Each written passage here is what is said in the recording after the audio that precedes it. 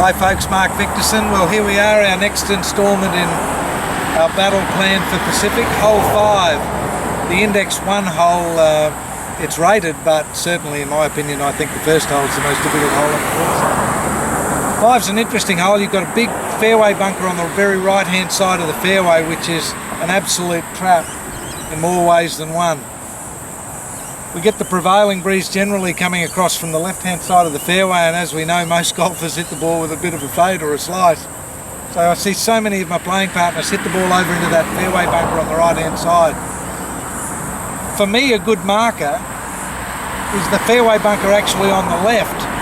I want to actually try and hit the ball when I play this tee shot towards that fairway bunker on the left, with the prevailing breeze pushing the ball to the right, ideally into the middle of the fairway. So I take that right hand trap out of play. Why I don't want to go on that right hand trap, if I hit it there, I've got a tremendously long shot over the lake, and really it's just a given that you've got to try and just lay up short of that lake, because the number of times you're going to get a successful outcome out of that right hand trap getting over the water pretty low. So my plan for this hole: left hand trap, let the prevailing breeze kick it off to the right into the fairway.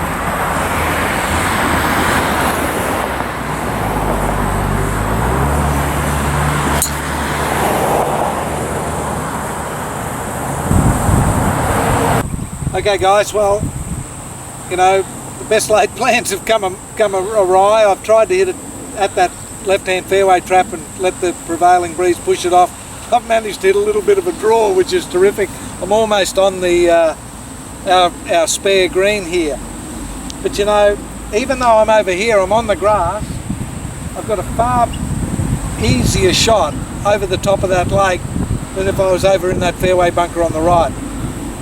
What I do have though, is just I'm on the side of this green, I've got the ball down well below my feet, and it might be an appropriate time to talk about when the golf ball's down below your feet. Because the golf club normally sits at the height of my heels, I've got to somehow get lower. Now the way we do that, we widen the stance, and I use my knees like one of those elevated platforms, that the power workers use to raise it up and down.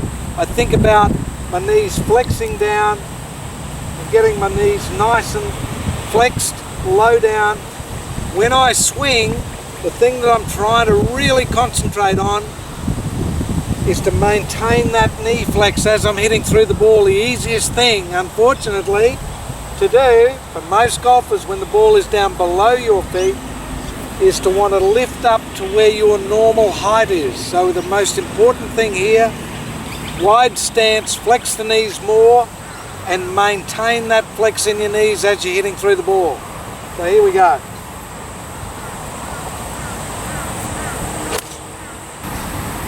Okay, so here we are. Didn't quite make the green, but it's not too far off. We've got a situation here. We've got quite a long green, the fifth green. The pin's right at the back. But what I see a lot of the golfers doing that I play with, out comes the sand wedge, because they think, I'm going to lob the ball all the way up there. The closer you can land the ball to you, the more accurate you're going to be. So I've actually taken out a 6-iron here.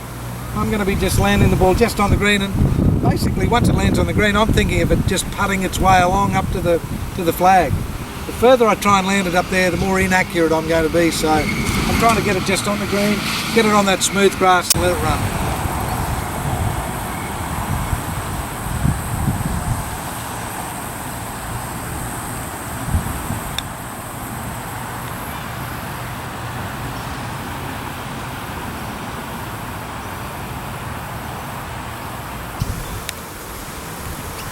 Okay, well I've left myself about a 6-footer.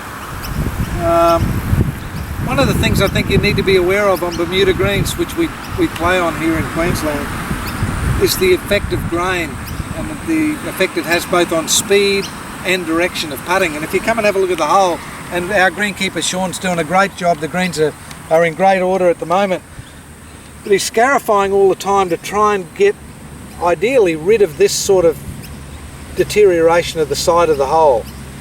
you see this side of the hole's really cleanly cut, but the other side's starting to deteriorate. This is the end, Friday afternoon, 10 to 6 in the evening. You know, we've had 200 golfers on the course, so, you know, that side of the hole's deteriorating because basically the grass is growing that way. Now what that'll do from my putt over here, that's going to help push the ball this way a little bit on the green because the grass is growing that way. The grass grows from the neatly trimmed edge to the deteriorated edge. It goes that way.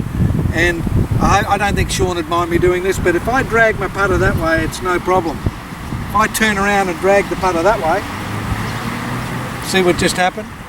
So that's the putter face getting caught on the grass on the way through. So that grain is going to have an effect. The grain is going that way. It's going to make the ball swing a little bit, influence that. Coming this way, I'm also going with the grain a little bit. A much faster putt, okay, than if I was going against the grain, which is this way. So another way of looking at it, if the grass looks shiny, you're looking at the back of the leaf, the grain's going away from you. If it looks dark, you're looking into the grain. So, but the hole generally is our best indicator here in Queensland. Okay, let's see if we can make a 4 after a pretty ordinary old tee shot.